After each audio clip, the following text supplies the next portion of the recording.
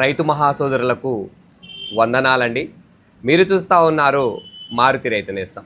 నేను మీ హుసేన్ నాయక్. సో ఈరోజు టాపిక్ కనుక చూసుకున్నట్లయితే మిరపనారులో మనం తీసుకునేటువంటి మెలకువల గురించి మనం మాట్లాడుకోవాలి. ఈరోజు డేట్ కనుక చూసుకున్నట్లయితే 23వ తారీఖు 7వ నెల 2026. సో ప్రజెంట్ అందరూ కూడా నారు వేసుకొని సిద్ధంగా ఉన్నారు. మన తెలంగాణ ఏరియాలో కనుక చూసుకున్నట్లయితే నార్లు వేసి సుమారు 10 నుంచి 11 రోజుల వ్యవధి అయితే అవుతా ఉంది. అందరిది కూడా మొలకెత్తుకొని మనకు ఆల్రెడీ కూడా 2-3 రోజులు అయితే మొలకెత్తి కూడా 2-3 రోజులు 3-4 రోజుల వ్యవధిలో అయితే ఉన్నాయి.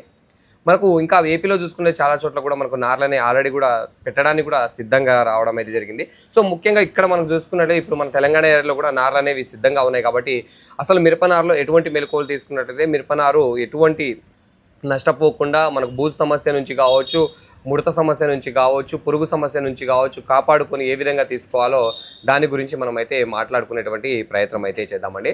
సో ముఖ్యంగా మిరపనారుని మనము 3 దశలుగా నిర్ధారించుకోవచ్చు. ఒకటి మనకు విత్తనము వేసిన తర్వాత మొలకెత్తేటువంటి దశ. రెండవది చూసుకున్నట్లయితే మనకు మొలకెత్తిన తర్వాత దాన్ని కాపాడుకొని అది బూజు నుంచి కానీ వర్షం నుంచి కానీ కాపాడుకొని దానికి వేరు వ్యవస్థ పెరిగేలా చేసుకునేటువంటిది రెండవ దశ. మూడవది వేరు వ్యవస్థ ఇంకా ఇంప్రూవ్ అయ్యి ముడత నుంచి కాపాడుకొని చక్కగా నీటిగా బలంగా వచ్చేలా చేసుకోవడం. ఇలా మనం 3 దశల్లో కనుక మిరపనారని కాపాడుకోగలిగితే అద్భుతంగా మనకు మిరపనార అనేది మన చేతికైతే రావడం అయితే జరుగుతుంది. మొదటి దశ మీ అందరికీ తెలిసినదే. సో మొదటి దశలో మనము కామన్గా చూసుకున్నట్లయితే విత్తనము వేసిన తర్వాత తడి అనేది ఎంత మొత్తంలో ఉండాలో అది మీ అందరికీ అవగాహన ఉన్నటువంటి విషయమే. నేను కొత్తగా చెప్పాల్సినటువంటి అవసరం లేదు. ఆల్రెడీ వాడిన మన ఎవరైతే రైతులైతే ఉన్నారో మనకు గతంలో మన ఆల్రెడీ పూర్వం వ్యవసాయం చేస్తున్నటువంటి వారికి కూడా తెలిసినటువంటి విషయమే. తడి అనేది ఏ మొత్తంలో ఉండాలి. సో ఎప్పుడు కూడా తేమ శాతం అనేది కొద్దిపాటిగా ఉంచేటువంటి ప్రయత్నం చేయాలి. పూర్తిగా ఆరిపోయేటట్టు మాత్రం ఖచ్చితంగా కూడా చేయకూడదు. ఖచ్చితంగా తేమ పర్సెంటేజ్ కనీసానికి 35 నుంచి 35 నుంచి 40%, అంటే 35% కింద జారకుండా 35% పైన ఉన్నప్పుడే ఖచ్చితంగా కూడా మళ్ళొక తడి ఇచ్చుకోవాల్సి ఉంటుంది. అలా తేమని మెయింటైన్ చేసుకోగలిగితే మనకు మిరప గింజ ఏదైతే ఉందో 6 రోజుల నుంచి 10 రోజుల వ్యవధి మధ్యలో, సో 6 నుంచి 10 రోజుల వ్యవధి పడుతుందండి కొంతమందికి. సో కాబట్టి గింజ యొక్క ట్రీట్మెంట్ని బట్టి కొన్ని తక్కువ ట్రీట్మెంట్, కొన్ని వచ్చేసి 6 రోజుల్లో రావడం జరుగుతుంది. మరికొన్ని వచ్చేసి 8-9 నుంచి 10 రోజులకు కూడా గింజ మొలకెత్తేటువంటి అవకాశం ఉంటుంది. కాబట్టి చాలా వరకు కూడా మనము 10 రోజుల వరకు కాపాడుకోవాల్సి ఉంటుంది ఈ మొదటి దశలో. సో వీలైనంత వరకు మీరు మొదటి దశలో ఉన్నప్పుడు ఎప్పుడైతే గింజ వేసేసారో ఆ గింజ వేసేసిన తరువాత మీకు కుదిరినట్లయితే కాపర్ పొడిని దుక్కిలో చల్లుకోవడమా, లేదా మీరు మొలకెత్తడానికి ఇంకొక 2-3 రోజుల వ్యవధి ఉంది అన్న సమయంలోనైనా కాపర్ ఆక్సీ క్లోరైడ్ ఒక 30 గ్రాములు తీసుకొని ఒక 10 లీటర్ల నీటిలో కలుపుకొని మీరు మీ మట్టు పైన కూడా పిచికారీ చేసుకున్నట్లయితే ముందుగా అంటే ఇంకా రేపటికి మొలకెత్తేటువంటి ఈ యొక్క మొలకకి ఎటువంటి బూజు సమస్య రాకుండా కాపాడుకోవచ్చండి. రెండవది మొలకెత్తిన తరువాత గింజకి మొలక వచ్చిన తర్వాత ఆ మొలక బూజు రాకుండా ఎటువంటి ఫంగిసైడ్ ఎఫెక్ట్ కాకుండా కాపాడుకునేటువంటి దశ. సో ఈ రెండవ దశ చాలా ముఖ్యమైనదండి. సో ఈ దశలో కనుక మనము నారుని కాపాడుకోగలిగితే మనకు 3వ దశలో ఈజీగా మనము నారుని రక్షించుకోవచ్చు. సో రెండవ దశలో ఏంటంటే మొక్కకి వేరు వ్యవస్థ అనేది ఇంప్రూవ్ కాదు. అప్పుడే మనకు గింజ అనేది ఏదైతే ఉందో అది మొలకగా బయటికి రావడం జరుగుతుంది. ఆ దశలో ఎటువంటి ఫంగిసైడ్ ఎఫెక్ట్ వచ్చినా కానీ ఖచ్చితంగా కూడా మనకు ఇబ్బంది అవుతుంది. కాబట్టి మీరు ఎప్పుడైతే గనక మీరు అంటే పైన ఏదైనా కప్పి ఉంచుతారు కదా, ఆ కప్పినటువంటి ఆ వస్త్రాలు కానీ ఏదైనా గడ్డి కానీ ఏమున్నా కానీ అవి తీసేటప్పుడు తీసిన రోజే సాయంత్రం పూట ఖచ్చితంగా కూడా నేను చెప్పేటువంటి ఈ కాంబినేషన్ కొట్టుకోండి. First metalaxyl. So first of all మీరు మెటలాక్సిల్ అనుకోండి. మీరు కుంకుమ పొడి అని అంటూ ఉంటాం మనము. ఈ యొక్క మెటలాక్సిల్ వచ్చేసి 35% WS రూపంలో ఉంటుంది. దీన్ని వచ్చేసి ఒక 10 గ్రామ్స్ వచ్చేసి ఒక 10 లీటర్ల నీటికి, ఈ 10 గ్రామ్ను వచ్చేసి ఒక 10 లీటర్ల నీటికి కలుపుకొని నేల తడిసేలా మంచిగా పిచికారీ చేసుకునేటువంటి ప్రయత్నం చేయండి. ఇదే సమయంలో మీకు గనక ఏమైనా పురుగు సమస్య లాంటిది వచ్చే అవకాశం ఉంటుంది, లేదు ఉన్నా లేకున్నా కానీ ఖచ్చితంగా కూడా ఈ యొక్క ప్రొక్లైన్ని కలుపుకునేటువంటి చేసుకోండి. ఈ ఇమాయిత్ బెంజోయిట్ 5% ఏదైతే ఉందో ఇది మనము ఖచ్చితంగా కూడా దీంట్లో కలుపుకొని పిచికారి చేసుకున్నట్లయితే అక్కడ వచ్చేటువంటి పురుగు సమస్య కావచ్చు, అదేవిధంగా ఫంగిసైడ్ సమస్య కావచ్చు, రెండు కూడా సమర్థవంతంగా నివారణ జరగడం జరుగుతుంది. సో కాబట్టి ఈ రెండింటి కాంబినేషన్లో అయితే మీరు ఖచ్చితంగా కూడా మొదటి పిచికారి చేసుకోండి. ఇది చేసుకోవడం వల్ల మనకు బూజు సమస్య నుంచి అదేవిధంగా పురుగు సమస్య నుంచి బయటపడేటువంటి అవకాశం ఉంటుంది. ముఖ్యంగా మనం ఈ మెటలాక్సిల్ని అయితే ఖచ్చితంగా స్ప్రే చేసుకోవాలి. ఎందుకంటే బూజు సమస్య అనేది మనకు మెయిన్లీ మన నారుని పాడు చేసేది బూజు సమస్య కాబట్టి ఖచ్చితంగా కూడా మెటలాక్సిల్ కొట్టుకోండి. ఇలా కొట్టుకున్న తర్వాత మీరు అసలు ఎన్ని రోజుల వ్యవధికి మిరపనారు పైన స్ప్రే చేయాలన్నా అని చాలామంది మనకు ఆల్రెడీ అడుగుతూ ఉన్నారు, ఫోన్ చేసి అడుగుతూ ఉన్నారు. సో ముఖ్యంగా చూసుకున్నట్లయితే మిరపనారుకు కనీసానికి 3 రోజులకు ఒకసారి మీరు స్ప్రే చేసుకునేటువంటి ప్రయత్నం చేయండి. ఈ యొక్క రెండవ దశలో నేను చెప్పిన మొదటి దశ చూసుకున్నట్లయితే విత్తనం మొలకెత్తడం అనగా, రెండవ దశలో కనుక చూసుకున్నట్లయితే మనకు మొలకెత్తినప్పటి నుంచి 15 రోజుల వరకు నారుని మంచిగా కాపాడుకోవాలి. ఈ 15 రోజుల వ్యవధిలో వీలైనంత వరకు 3 నుంచి 4 రోజులకు ఒకసారి ఖచ్చితంగా స్ప్రే చేసుకునేటువంటి ప్రయత్నం చేయండి. 3 నుంచి 4 రోజులకు ఒకసారి నేను చెప్పినటువంటి మెటలాక్సిల్, ప్రొక్లైన్ అండ్ అదేవిధంగా దాని తర్వాత మీకు ఇంకా ఫర్దర్గా అమిస్టార్ అని దొరుకుతూ ఉంటుంది. సో ఇక్కడ చూసుకున్న అమిస్టారు, అదేవిధంగా నాటివో, ఇలా 3 నుంచి 4 రోజుల వ్యవధికి ఒకసారి ఒక ఫంగిసైడ్ అనేది ఖచ్చితంగా స్ప్రే చేసుకునేటువంటి ప్రయత్నం చేయండి. మీకు బూజు సమస్య ఉన్నా కనబడకపోయినా వీలైనంత వరకు ఈ యొక్క ఫంగిసైడ్ని వాడేటువంటి ప్రయత్నం చేయండి. 4 రోజులకు ఒకసారి లేదా ఒక స్ప్రే ఆగి ఒక స్ప్రేలో అయినా ఖచ్చితంగా ఈ యొక్క ఫంగిసైడ్ని యాడ్ చేసుకునేటువంటి ప్రయత్నం చేయండి.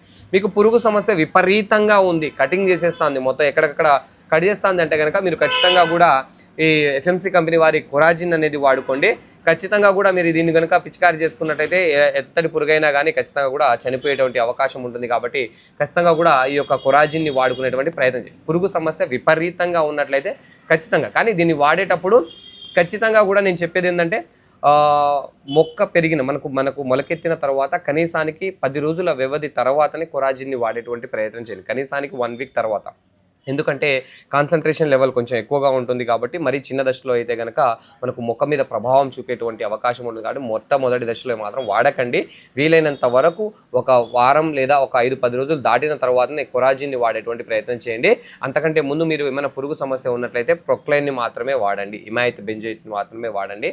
ఇది వాడుకున్నట్లయితే సరిపోతుంది. ఇప్పుడు మనకు చూసుకున్నట్లయితే మీకు బూజు సమస్య కనుక విపరీతంగా ఉంది, అసలు మొత్తానికి కూడా కుళ్ళిపోతూ ఉందనుకుంటే ఫస్ట్ అమిస్టార్ ఒకసారి ట్రై చేయండి, నాటివో ట్రై చేయండి. అప్పటికి పాసిబుల్గా ఇవన్నీ ట్రై చేయను అనుకుంటే మనకు జిలోరా అని చెప్పేసి ఉంటుంది బిఎస్ఎఫ్ కంపెనీలో. సో అది మనం వాడుకోవచ్చు, బ్రహ్మాండంగా ఉంటుంది.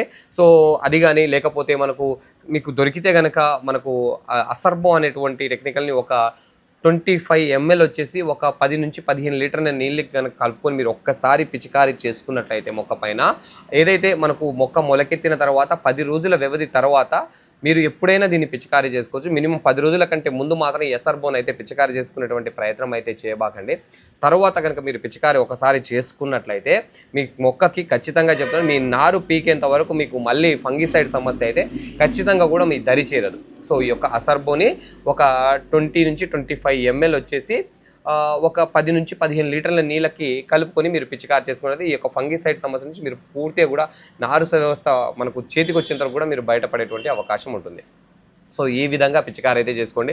సో ఫంగిసైడ్ అనేది ముఖ్యంగా చేసుకోవాలి. మీరు మెటలాక్సిల్ చేస్తారా, అమిస్టార్ టాప్ చేస్తారా, నాటివో చేస్తారా, లేకపోతే జిలోరా చేస్తారా, లేకపోతే నేను చెప్పిన అసర్బో చేస్తారా, కస్టోడియా చేస్తారా అని కానీ ఏదైనా కానీ ఫంగిసైడ్ అనేది 3 రోజులకు ఒకసారి ఖచ్చితంగా 3 నుంచి 4 రోజులకు ఒకసారి వీలైనంతకు ఫంగిసైడ్ వాడుకునేటువంటి ప్రయత్నం చేయండి. అదేవిధంగా చూసుకున్నట్లయితే మనకు 3వ దశలో కనుక చూసుకున్నట్లయితే మనకు వేరు వ్యవస్థ ఇంప్రూవ్ అవ్వాలి.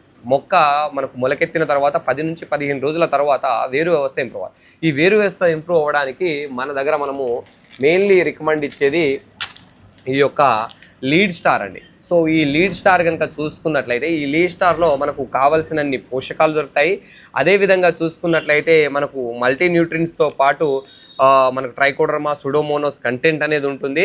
సో మనకి ఎటువంటి ఫంగిసైడ్ ప్రాబ్లం ఉన్నా, సో ఎటువంటి మనకు మచ్చల్ లాంటిది కానీ పసుపు బారడం కానీ అలాంటిది ఉన్నా అది తగ్గడం జరుగుతుంది.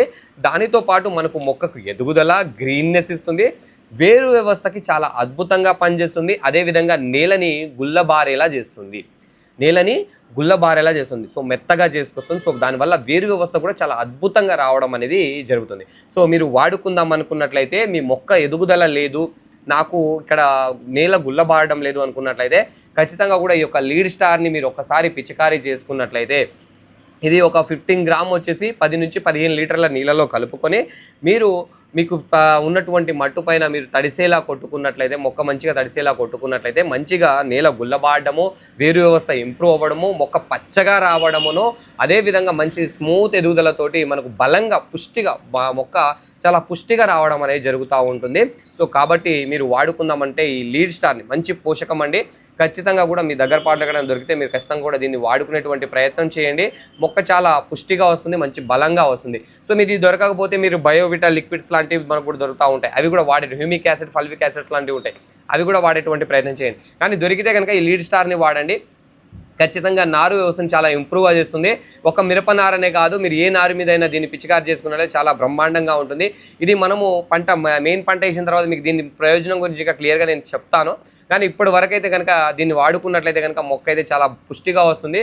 మనకు ఎటువంటి తరుగు పోకుండా మనకు ఏదైతే మొక్క ఉందో బలంగా వచ్చేటువంటి అవకాశం అయితే ఉంటుంది. ఈ లీడ్ స్టార్ నేను చెప్పినటువంటి ఫంగిసైడ్, అదేవిధంగా పురుగు మందులతో పాటు ఈ యొక్క పోషకాలను కూడా మీరు అందించుకున్నట్లయితే ఖచ్చితంగా కూడాను మన మిరపనారు మంచిగా వచ్చేటువంటి అవకాశం అయితే ఉంటుందండి. మీకు పురుగు సమస్య కనుక వదిలిపెట్టకుండా రెగ్యులర్గా కంటిన్యూ అవుతూ ఉన్నట్లయితే మీరు గుళికలు ఒకసారి మనకు చల్లుకునేటువంటి ప్రయత్నం చేయండి. అలా గుళికలు చల్లుకుందాం అనుకుంటే ఫిప్రోనిల్ గుళికలు చల్లుకోవచ్చు, అంటే క్లోరోబైరిపాస్ గుళికలు చల్లుకోవచ్చు, లేదా 3G గుళికలు అంటూ ఉంటాము, అది కూడా చల్లుకోవచ్చు. కానీ చూసుకొని జాగ్రత్తగా అది తగిన మొత్తంలో వేసుకునేటువంటి ప్రయత్నం చేయండి. ఎక్కువ మొత్తంలో వేసుకున్నట్లయితే మొక్క వడబడేటువంటి అవకాశం కూడా ఉంటుంది. కాబట్టి తగిన మొత్తంలో వేసుకునేటువంటి ప్రయత్నం అయితే చేయండి. సో ఎప్పుడైనా కానీ నారు మీద పిచికారీ చేసేటప్పుడు మీకు మందు మిగిలిందని చెప్పేసి రెండోసారి పిచికారీ చేయొద్దండి. మిగిలిన మందుని మళ్ళీ కూడా పిచికారీ చేసేటువంటి ప్రయత్నం ఎప్పుడు చేయకూడదు. ఎప్పుడైనా కానీ మీరు నారు మీద పిచికారీ చేసేటప్పుడు మీకు మందు కనుక మిగిలితే కనుక ఖచ్చితంగా పారబోయండి. నీళ్లు కూడా ఖచ్చితంగా మీకు ఒక డోసేజ్ చెప్పినప్పుడు, ఒక 10 లీటర్లు చెప్పినప్పుడు ఒక 2 లీటర్ తక్కువ పోస్తే మంచిగా పనిచేస్తుందేమో అన్న ఉద్దేశంతో తక్కువ పోసేటువంటి ప్రయత్నం ఎప్పుడు కూడా చేయండి. చిన్న ప్రాణం ఎప్పుడైనా కానీ అది మీరు ఒకవేళ కొంచెం డోస్ ఎక్కువైనా కానీ మాడిపోయేటువంటి అవకాశం ఉంటుంది. కాబట్టి మ్యాక్సిమం కూడా ఖచ్చితంగా మేము చెప్పినటువంటి విధంగా 10 లీటర్ల నీటి కంటే తక్కువ వాడేటువంటి ప్రయత్నం మాత్రం చేయకండి. ఆ విధంగా నేను చెప్పిన డోస్కి 10 లీటర్, ఇంకొక లీటర్ ఎక్కువ పెంచుకున్నా పర్లేదు, కానీ లీటర్ తక్కువ చేసేటువంటి ప్రయత్నం మాత్రం చేయబాకండి. ఎందుకంటే చిన్న దశలో మనకు ఎక్కువ డోస్ అందించడం అనేది చాలా వరకు కూడా హానికరం. సో కాబట్టి వీలైనంత వరకు డోసేజ్ అనేది ఆ విధంగా అందించండి. సో మీకు ఇంకేమైనా డౌట్ ఉన్నట్లయితే ఖచ్చితంగా నా నెంబర్ కన్సల్ట్లో ఉంటుంది. సో ఖచ్చితంగా కూడా మీరు కన్సల్ట్ అవ్వచ్చు. మీకు ఎటువంటి డౌట్ ఉన్నా నాకు ఫోన్ చేయొచ్చు. వీలైనంత వరకు నాకు తెలిసినంత వరకు ఖచ్చితంగా కూడా మీ డౌట్స్ని క్లారిఫై చేసేటువంటి ప్రయత్నం అయితే చేస్తాను. సో వీడియో కనుక నచ్చినట్లయితే ఖచ్చితంగా ఒక లైక్ ఇచ్చుకోండి, మీ తోటి వరకు షేర్ చేయండి friends. Thank you friends, thank you so much for watching.